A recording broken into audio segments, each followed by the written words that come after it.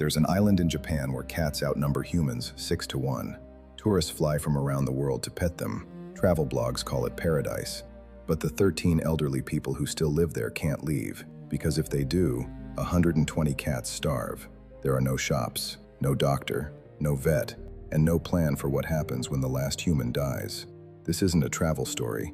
This is a slow-motion crisis disguised as a vacation destination. If you've heard of Japan's cat islands, you probably heard the cute version. The internet loves this story. Aoshima, Tashirojima, islands where adorable cats roam free, greeting tourists at the ferry dock, lounging on porches, napping in the sun.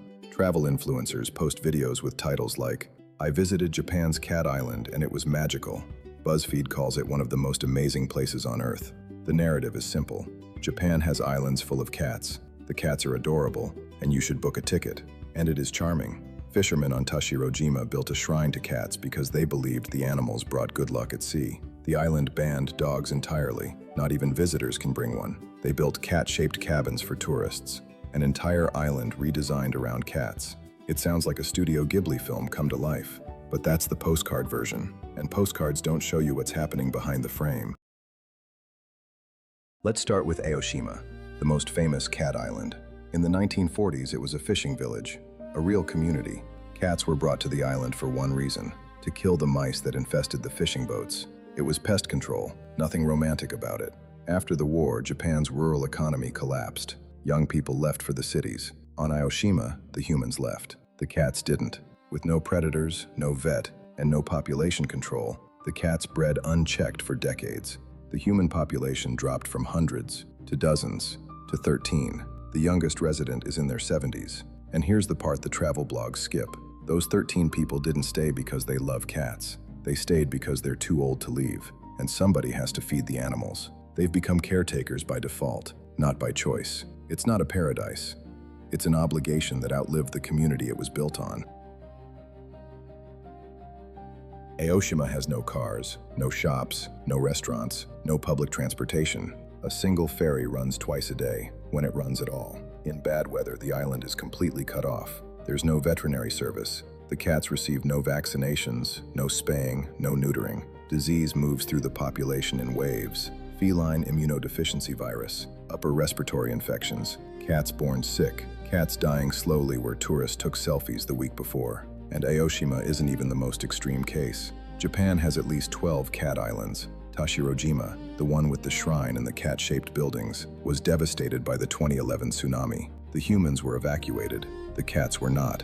They survived on their own, scavenging through the wreckage. The shrine still stands, surrounded by cats that nobody came back for. On Inoshima, another cat island, local authorities attempted a mass spaying program. Volunteers ran out of funding halfway through. The population rebounded within 2 years. On Okishima, cats that were once fed by fishermen now compete for scraps from a shrinking tourist trade that COVID nearly killed entirely. The pattern is the same on every island. Humans bring cats, humans leave, cats multiply. A handful of elderly residents remain, trapped by duty, and the world calls it adorable. The real story of Japan's cat islands isn't about cats. It's about what happens when a country urbanizes so fast that entire communities get left behind. Japan is facing a demographic crisis that most of the world hasn't fully grasped. The country's rural population has been collapsing for decades. Villages that once had hundreds of residents now have single digits. Schools close, post offices close, bus routes disappear. The young move to Tokyo, Osaka, Kyoto. The elderly stay because they have nowhere else to go. The cat islands are just the most visible symptom of this collapse. They're not cute, they're cautionary. Every cat island in Japan is a former fishing village that the modern economy abandoned. The cats aren't a feature, they're what filled the void when the humans left. And the global response, the tourism, the Instagram posts, the travel articles, has created a perverse feedback loop. Tourists arrive to see the cats, which brings temporary income, which gives the illusion that the islands are thriving. But the tourists leave, the money leaves with them, and the elderly residents are still there, still feeding cats, still waiting for help that isn't coming. The cat islands are dying, not because of the cats, because of us.